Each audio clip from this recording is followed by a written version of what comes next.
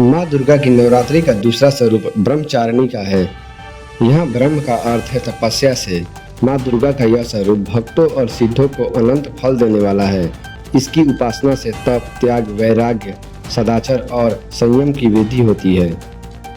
23 सितंबर को मुख्य रूप से अंतर्राष्ट्रीय सांकेतिक भाषा दिवस मनाया जाता है। इसके अलावा यह भारत में आयुर्वेद दिवस के रूप में भी चिन्हित होता है, जिसे हाल ही में भारत सरकार द्वारा घोषित किया गया है। इस दिन का संबंध ऐतिहासिक घटनाओं जैसे 1908 में राष्ट्रकवि रामधारी सिंह दिनकर के जन्म और 1965 में भारत पाकिस्तान युद्ध के युद्ध विराम के अंत से भी है। केंद्रीय गृह एवं सहकारिता मंत्री अमित शाह ने कहा है कि मोदी सरकार ने नवरात्रि के शुभ अवसर पर देश की सभी माताओं बहनों को नेक्स्ट जनरेशन जीएसटी रिफॉर्म का उपहार दिया है। केंद्रीय गृह एवं सहकारिता मंत्री श्री अमित शाह ने एक्स प्लेटफॉर्म पर पोस्ट में कहा कि मोदी सरकार का नवरात्रि के शुभ अवसर पर देश की सभी माताओं बहनों को नेक्स्ट जनरेशन जीएसटी रिफॉर्म का उपहार। मोदी जी ने देशवासियों से जीएसटी रिफॉर्म का जो वादा किया था आज पूरे देश में लागू हो गया है। इस जीएसटी में 390 से अधिक वस्तुओं पर टैक्स में ऐतिहासिक कमी की गई है। खास एवं घरेलू सामान, होम बिल्डिंग और मटेरियल्स, ऑटोमोबाइल्स, कृषि सेवाएं, खिलौने, स्पोर्ट्स व हैंडीक्राफ्ट्स, शिक्षा, चिकित्सा व स्वास्थ्य बीमा जैसे क्षेत्रों में जीएसटी के अभूतपूर्व राहत से देशवासियों के जीवन में खुशियां आएंगी और उनकी बचत भी बढ़ेगी।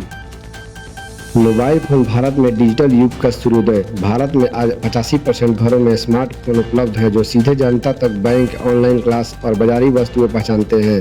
ये नए भारत की डिजिटल ताकत को दर्शाता है। भारत अब दुनिया का दूसरा सबसे बड़ा मोबाइल निर्यात देश है।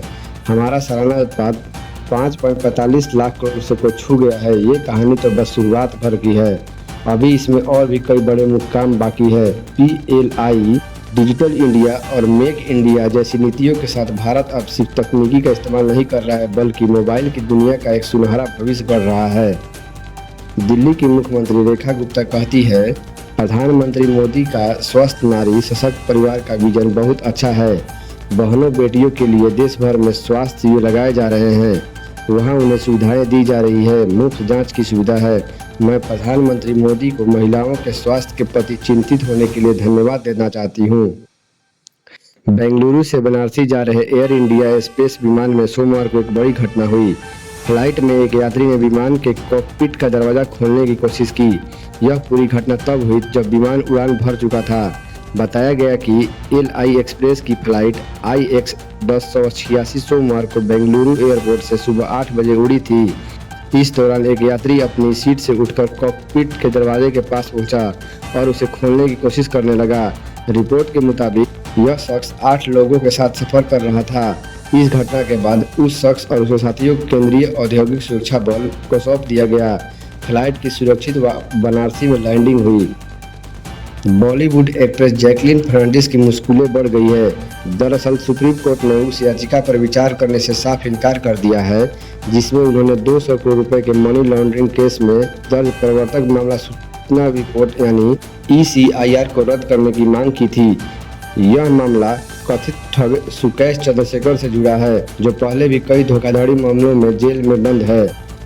छत्तीसगढ़ के नारायणपुर जिले में अबझूमाड़ क्षेत्र में आज सुरक्षा बलों और माओवादियों के बीच मुठभेड़ हुई। इस मुठभेड़ में अब तक 2 माओवादियों के शव बरामद किए गए हैं। साथ ही AK-47 समेत भारी मात्रा में हथियार और विस्फोटक सामग्री जब्त की गई है। प्रधानमंत्री नरेंद्र मोदी ने अरुणाचल प्रदेश में 5100 करोड़ रुपए से ज्यादा की इंफ्रास्ट्रक्चर परियोजनाओं का शुभारंभ किया। इनमें 2 बड़े जल विद्युत प्रोजेक्ट, तवांग में कन्वेक्शन सेंटर और कनेक्टिविटी व स्वास्थ्य से जुड़ी परियोजनाएं शामिल है। मोदी ने कहा कि पूर्वोत्तर के राज्य अष्टलक्ष्मी हैं और सरकार उनके स्वर्णिम विकास के लिए प्रतिबद्ध है। उन्होंने स्थानीय नागरिकों से मिलकर स्वदेशी उत्पादों को बढ़ावा देने का आह्वान भी किया। रक्षा मंत्री राजनाथ सिंह ने कहा कि पाकिस्तान के कब्जे वाला कश्मीर बिना किसी युद्ध के भारत में खुद शामिल होगा, क्योंकि वहां के लोग आज़ादी की मांग कर रहे हैं। उन्होंने मोरक्को में भारतीय समुदाय को संबोधित करते हुए कहा कि भारत की अंतर्राष्ट्रीय प्रतिष्ठा बढ़ रही है और यह दुनिया के स्टार्टअप्स का केंद्र बन चुका है। नीति आयोग ने उत्तराखंड के देहरादून स्थित रिजेंटा में दर्पण पोर्टल पर अपनी तीसरी क्षेत्रीय कार्यशाला का आयोजन किया।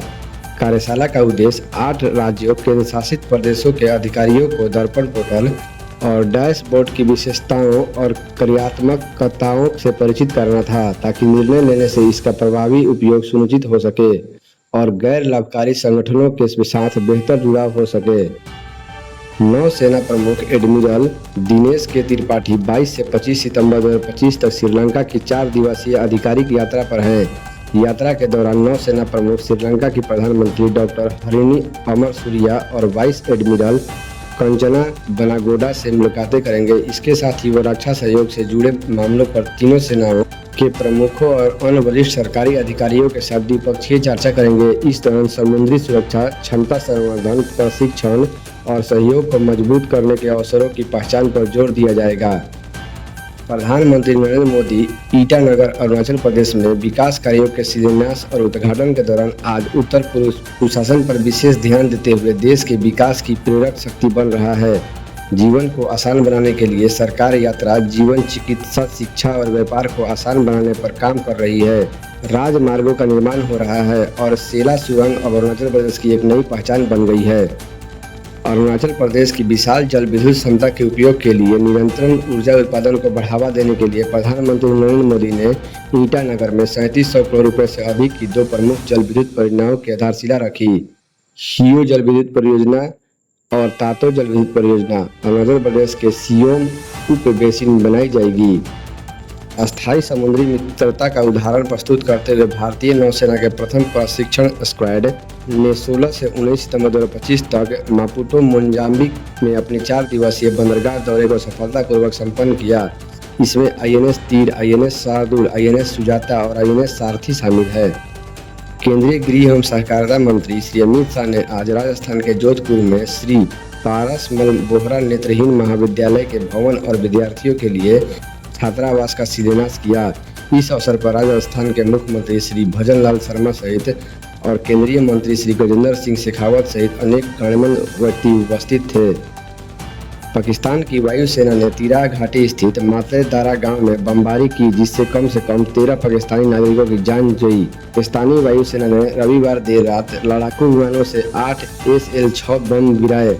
इस घटना के बाद सोशल मीडिया पर एक तस्वीर वायरल हो रही है, जिसमें कई शव दिखाई दे रहे हैं। बचाव दल मलबे से शव को निकालने में जुड़ा है। प्रधानमंत्री नरेंद्र मोदी ने सोमवार 22 सितंबर 2025 को आरोप लगाया कि कांग्रेस विकास के कार्यों को हाथ तक नहीं लगाती। प्रधानमंत्री नरेंद्र मोदी ने सोमवार 22 सितंबर 2025 को आरोप लगाया कि कांग्रेस विकास का कामों को हाथ तक नहीं लगाती। यहां उनकी पुरानी आदत है। उन्होंने कहा कि कांग्रेस की इस आदत से पूर्वोत्तर को बहुत नुकसान पहुंचा है। उन्होंने कहा कि हमने यहाँ के 8 राज्यों को 8 लक्ष्मी माना है।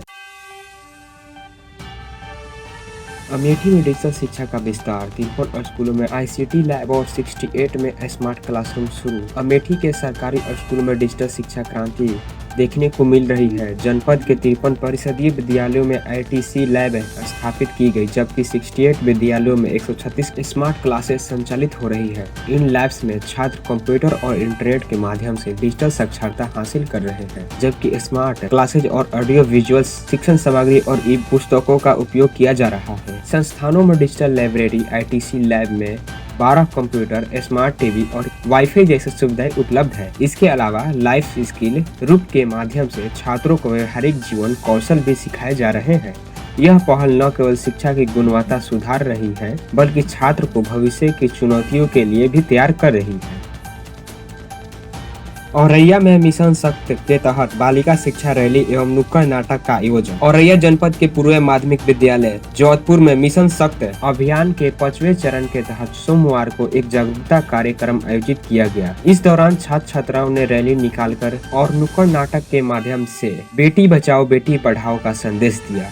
बच्चों ने तख्तियों और बैनर के साथ गांव का भ्रमण कर लोगों को बालिका शिक्षा, सुरक्षा और स्वावलंबन के महत्व से अवगत कराया। जिला समन्वयक बालिका शिक्षा रक्षा चौहान ने बताया कि इस अभियान का मुख्य उद्देश्य बालिकाओं को सशक्त बनाना है। विद्यालय की प्रधान अध्यापिका रंजना सिंह ने कहा कि ऐसे आयोजनों से छात्रों और समुदाय की जागरूकता बढ़ रही है। कार्यक्रम में शिक्षकों और ग्रामीणों ने भी सक्रिय भागीदारी निभाई।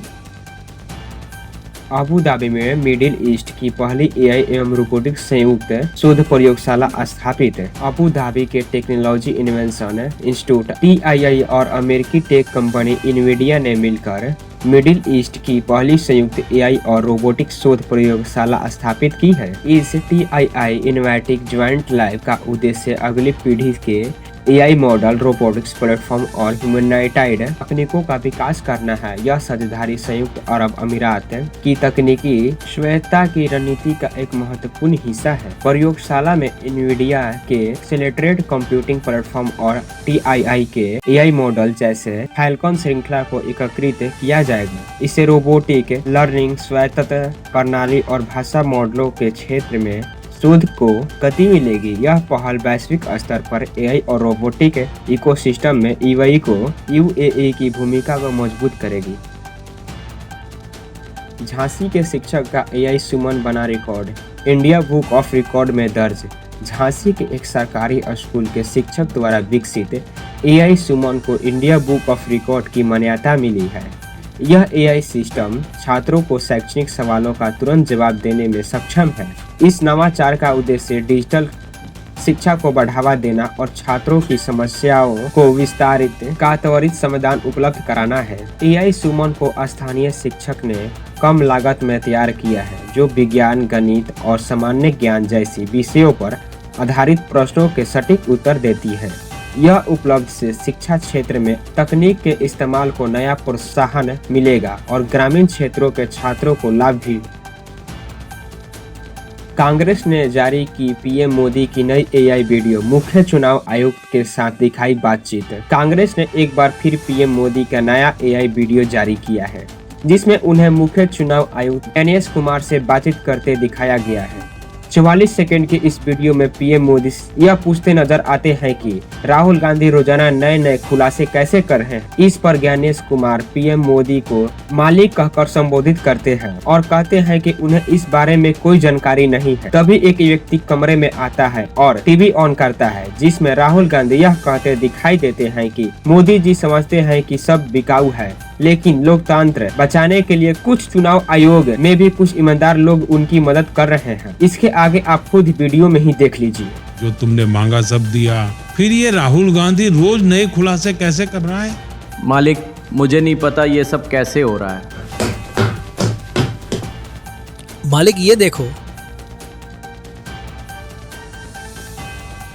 मोदी जी समझते हैं कि सब बिकाऊ हैं, लेकिन आज भी कई ईमानदार लोग लोकतंत्र बचाना चाहते हैं। चुनाव आयोग में भी कुछ लोग हमारी मदद कर रहे हैं।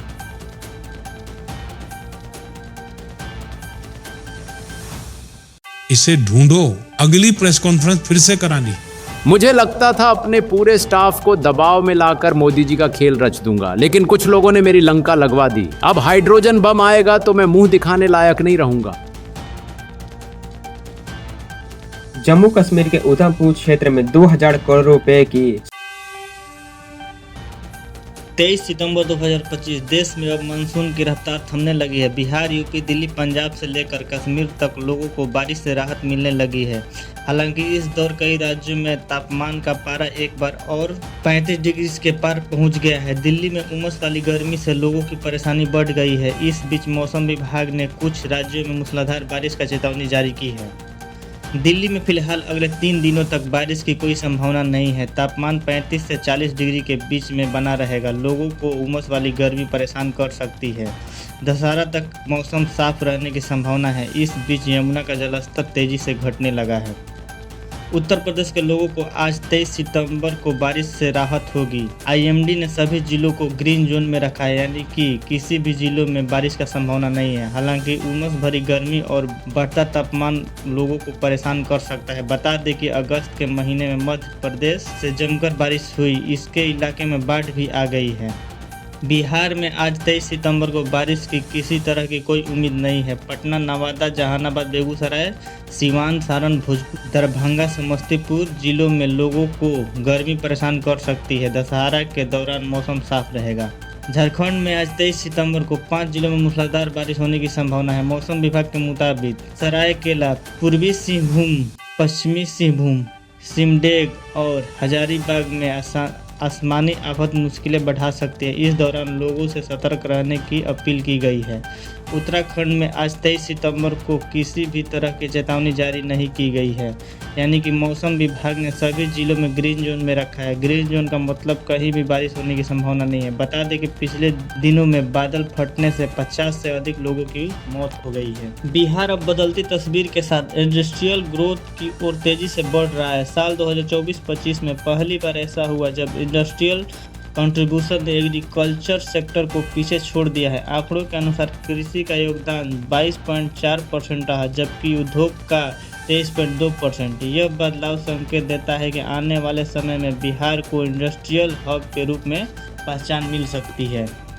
कृषि विभाग ने लाल सोट के बगड़ी क्षेत्र में बड़ी कार्रवाई करते हुए एक गोदाम से भारी मात्रा में नकली डीएपी खाद बरामद की। यह कार्रवाई जिला कृषि अधिकारी अशोक कुमार मीणा के नेतृत्व में की गई। गोदाम को तुरंत सील कर दिया गया और आरोपियों के खिलाफ प्राथमिकता दर्ज की गई। सूचना मिलने के बाद रविवार सुबह कृषि विभाग टीम पुलिस के साथ गोदाम पर पहुंची। शटर अंदर से बंद होने के कारण दुकानदार को बुलाकर जांच की गई और टीम ने अवैध रूप से रखी गई 187 बैग नकली डीएपी खाद जब्त की। आज ऋषभ शेट्टी की फिल्म कंतारा चैप्टर 1 का ट्रेलर रिलीज हुआ है। सोशल मीडिया पर अब लोग एक ही सवाल जवाब चाहते हैं कि इस फिल्म से एक्टर ऋतिक रोशन का क्या कनेक्शन है। दरअसल ऋतिक रोशन ने भी अपने सोशल मीडिया हैंडल पे इस फिल्म का ट्रेलर शेयर किया है। ऐसे में लोगों का लग रहा है कि वो फिल्म में एक्टिंग करते हुए दिखाई देंगे। फरीदाबाद के ऑटोमोबाइल सेक्टर में जीएसटी स्लैब कम होने से लोगों में उत्साह है। कारों को दामों में करीब 10% की कमी आई है। नवरात्र से धनतेरस तक ऑटोमोबाइल में 25% से ज़्यादा बुकिंग हुई है।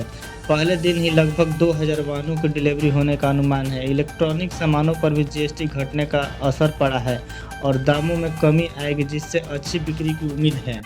शारदीय नवरात्रि के पहले दिन सुबह से ही मंदिरों में भक्तों की भीड़ और लंबी कतार लगी हुई है। चारों तरफ मां के जयकारे गूंज रहे हैं। उधर सीएम योगी आदित्यनाथ ने गोरखपुर में पैदल चलकर व्यापारियों से मुलाकात की और नेक्स्ट जेन जीएसटी रिफॉर्म का पर अपना फीडबैक मांगा।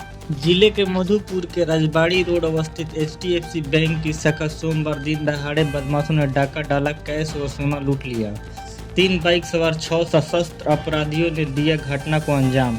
बदमाशों ने बैंक में ग्राहकों और बैंक कर्मियों को बंदी बनाकर डाका डाला। इस दौरान स्टाफ और ग्राहकों के साथ मारपीट भी की।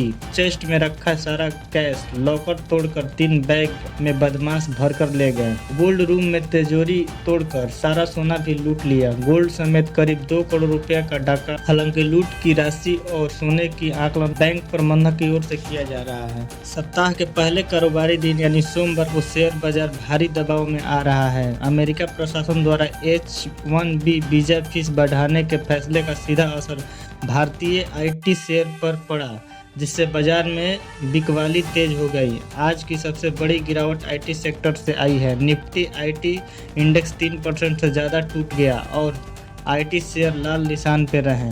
लार्ज कैप आईटी शेयर 2-3% गिरे, जबकि मिड कैप आईटी स्टॉक्स में 5% तक की गिरावट देखी गई।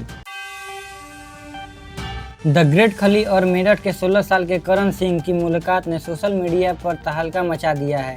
खली ने इंस्टाग्राम पर एक पोस्ट शेयर किया है जिसमें वो 8 फीट 2 इंच लंबे करण के साथ खड़े दिख रहे हैं। करण की लंबाई इतनी है कि उनके सामने 7 फुट 1 इंच लंबे खली भी छोटे नजर आए। करण की उम्र 16 साल है और उनकी हाइट लगातार बढ़ रही है। इस अनोखे पल की तस्वीरें देखकर फैंस हैरान रह गए। कानपुर एयरपोर्ट पर हड़कंप, उड़ने से पहले विमान में चूहा, यात्री उतर गए। कानपुर से दिल्ली जाने वाली इंडिगो फ्लाइट रविवार को उस समय चर्चा में आ गई जब वो विमान केबिन में अचानक चूहा देखे जाने की खबर सामने आई। सूत्रों के अनुसार फ्लाइट दोपहर 2:10 बजे दिल्ली से कानपुर पहुंची थी और 2:30 बजे उसे दोबारा दिल्ली के लिए उड़ान भरनी थी। लेकिन टेकअप से कुछ मिनट पहले क्रू मेंबर की नजर केबिन में घूमते हुए चूहे पर पड़ी। जैसे ही बात सामने आई, विमान को तुरंत रोका गया और सभी यात्रियों को सुरक्षित बाहर निकाला गया।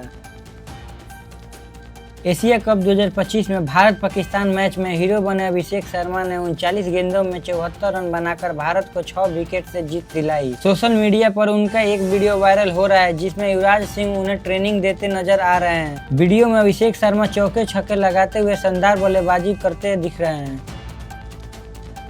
जेपी गंगा पथ कोइलवर तक बनेगा। बिहटा एयरपोर्ट जाने में भी सुविधा, सीएम नीतीश कुमार ने किया शिलान्यास। राष्ट्रीय प्रौद्योगिकी स्थान पटना एवं भारतीय प्रौद्योगिकी स्थान पटना आने जाने में भी काफी सहूलियत होगी। साथ ही बिहटा हवाई अड्डा आने जाने में भी सुविधा होगी। मुख्यमंत्री ने दीघा से ही विभिन्न जिलों के 5 अन्य पथों जिनकी कुल लंबाई 225.475 किलोमीटर है।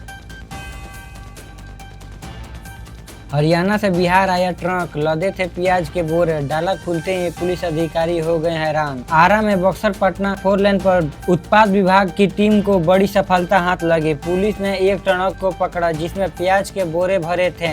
इन सड़े गले प्याज के दुर्गंध के बीच शराब की तस्करी की जा रही थी ताकि जांच के दौरान गंध छुपाई जा सके।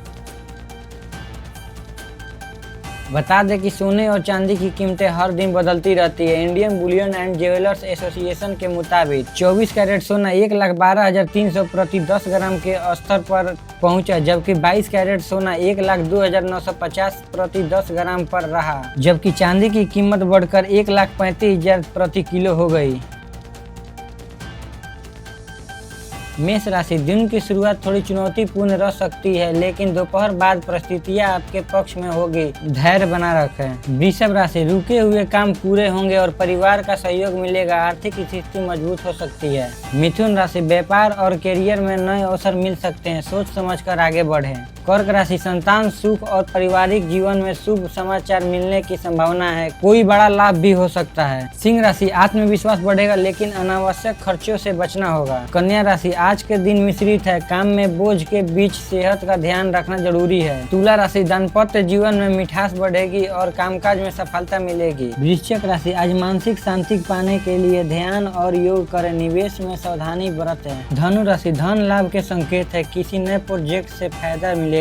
कुंभ राशि, अतिरिक्त आय के अवसर मिलेंगे लेकिन खर्चों पर नियंत्रण रखना जरूरी है। मीन राशि, यात्रा के योग बन रहे हैं, पुराने मित्रों से मुलाकात खुशी देगी।